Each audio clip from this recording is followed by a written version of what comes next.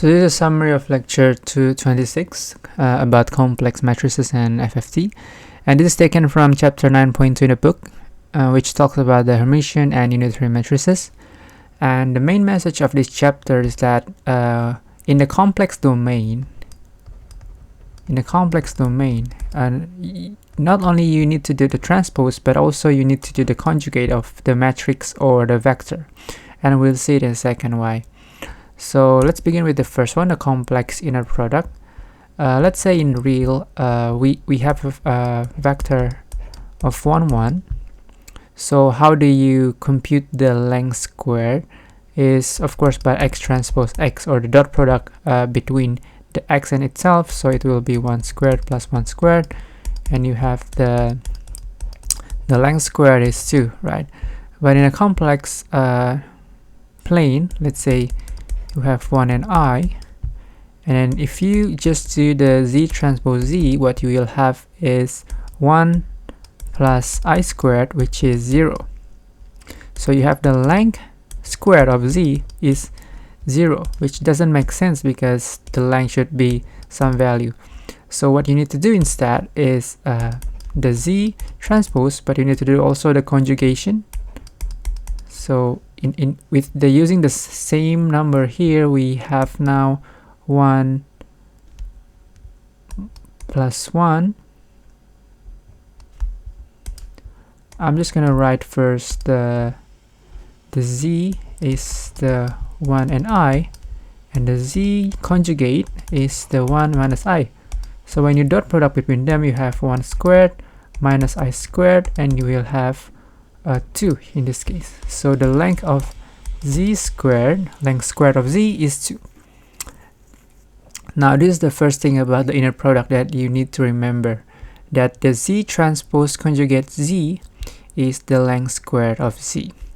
So now if you have like each component is a complex number, like you have this one and then and then you have all component until component n here, and then when you do the z conjugate transpose z, then you basically have like a1 squared plus b1 squared, and then plus a2 squared plus b2 squared until an plus bn squared.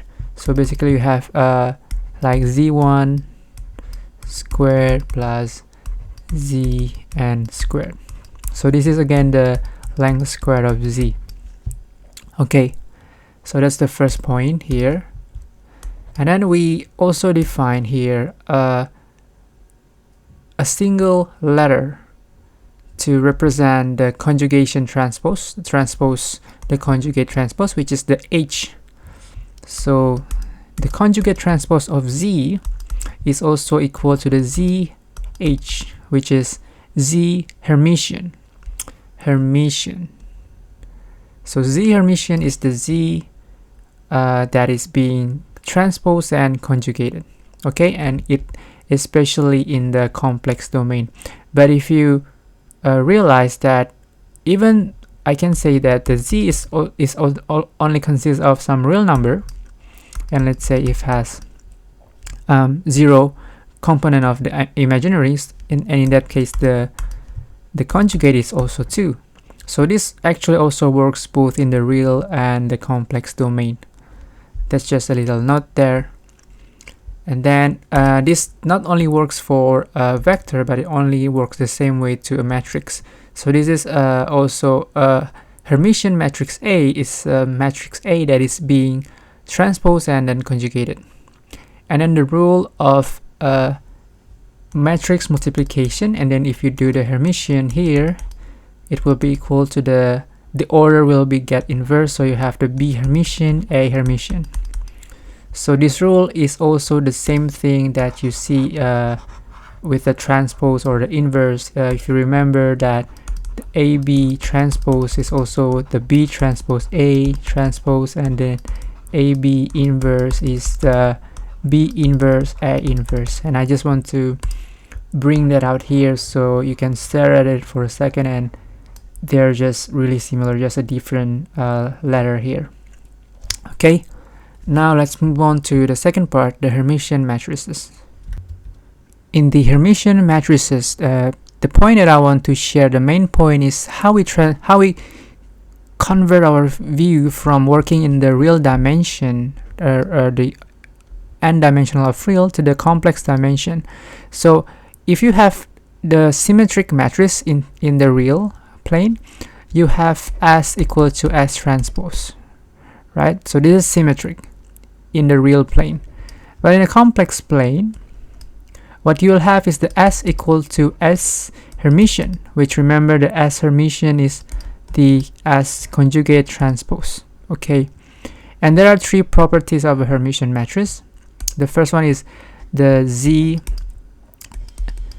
as Z, so Z Hermitian as Z will be always real for all kind of Z is any kind of real or complex vector. Okay, and then the eigenvalue of them is real also. And then the eigenvectors of the Hermitian matrix is perpendicular or orthogonal to each other for distinct eigenvalue. So you see that this is pretty similar property that we have to a symmetric matrix in the real dimension, but now we're just transferring it into the complex dimension, and we define these Hermitian matrices as the conjugate transpose. A quick example of S in the complex dimension is if S is 2, let's say like this, I, and then 5. Okay, and then if you conjugate it and then transpose it, let's first transpose it first. So you have 3 minus I here, and you have 3 plus I, you have 2 and 5 here, and now you conjugate them. So you have this as plus, and you have this as minus. Okay, so now you see that this is equal to this. And one property also for a matrix to be Hermitian is that in the diagonal they need to be real. Remember, because if this is a complex number, then it will become a trouble. So this also needs to be real. Okay, so let's move on to the third part, the unitary matrices. Here it's pretty similar to the Hermitian matrices. We're just transferring the idea of something in the real to the complex the dimension now. So we already defined some symmetric in the complex dimension, but now we want to define the orthonormal matrix in terms of the complex dimension. So that's why we introduced these unitary matrices. So unitary matrices is a square matrix with the orthonormal columns, and of course, because it's orthonormal, it's unit. And again, we are working in the complex number now. So again, let's make a comparison here. So in the real plane, in the real number, you have Q transpose Q is I, right? Because Q is an orthogonal matrix, and orthogonal matrix, we always imply the orthonormal columns. So you have the I on the diagonal and 0 elsewhere, remember? Okay. And in the complex number, we have Q Hermitian Q equals identity. Okay. And if Q is square, meaning that like the eigenvector case, that means also in the real, remember that Q inverse is the Q transpose.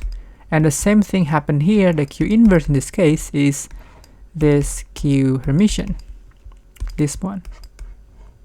So here, see that in conclusion, in general, in the really, if I kind of zoom out, so what we did here in 9.2 is just defining the equivalent of the inner product or the dot product, the equivalent of the symmetrics, the equivalent of the orthonormal in the complex plane, right? It's also in a complex plane. So that's the idea of this 9.2. And let's do a quick example just to see that all of these properties of the Hermitian matrix are true, okay? So we have this matrix A. So this is the matrix that is the problem in the recitation, so I'll just do it here too. So you see this matrix, this is equal to the A transpose conjugate, right? Because again, let's try to transpose this one first. I plus 1 plus I, 1 minus I, and then I need to conjugate them, so I change the sign here. This becomes minus, this becomes plus, right? So right now we have that Hermitian matrix. This is Hermitian, okay, because right now A equals to AH, or equal to A conjugate transpose. I just want to make that clear, okay? And now we can compute for the eigenvalues and the eigenvector. And the question is actually to find the capital lambda matrix and the S. So we need to like a vector A in terms of the S, lambda, and S inverse, okay? So the eigenvalues, you can just do what you have been doing in the previous chapter. You subtract lambda from this matrix, okay, and then equals 0. And then I'm not gonna do this computation thoroughly, but we end up with lambda 1 is 1, lambda 2 is 4. So that's proof our point here, the eigenvalues are real. Okay, so let's check. And then we need to find the eigenvector now. So the eigenvector of for lambda 1, we have this matrix 1 plus I 2 v1 v2 equals 0. So let's call our first eigenvector v. It will be 1 minus I minus 1, and for this eigenvalue we have here I minus I.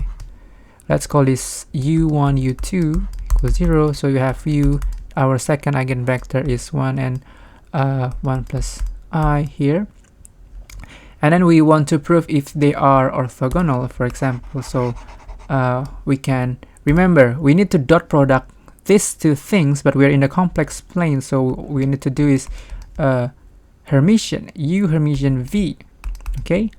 So this will be of course equal 0 because 1, so 1 times 1 minus I plus,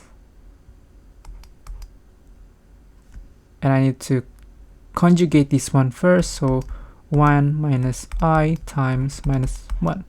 So 1 plus this and minus 1 of this, so this will be 0 of course, so these are orthogonal. So now we can find our matrix. S is, we just put it in the columns here. And this is still not orthogonal, I mean orthonormal. So in order to make it a unit vector, we need to divide it by the length of it. And again, the length is just the either U Hermitian U or V Hermitian V, and we find that it's 1 of 1 plus 1, and then the dot product of these two, 1 minus I, okay? So this will be like 1 squared plus 1 and minus I squared, so we have 3, and the length is the square of 3, so we have that, and 1 minus I minus 1, 1, okay? So this is our Q now. And because we have this property in the complex plane where the Q inverse is just the Q Hermitian, so we can easily find our Q inverse by just the conjugate transpose of Q. So if, let me put it here again, so the Q is 1 over square root of 3 of this thing So our Q inverse is the plus I, and let's conjugate this one first. Plus I minus 1, 1. Okay, so this is our Q inverse, this is our Q, and we have our lambda, of course, just putting the eigenvalues in the diagonal form. So we can factorize matrix A into all this matrix Q lambda Q inverse. Okay, so that's also proof, the third point here, that the eigenvectors are orthogonal for distinct eigenvalue. Okay, so that's it for this part.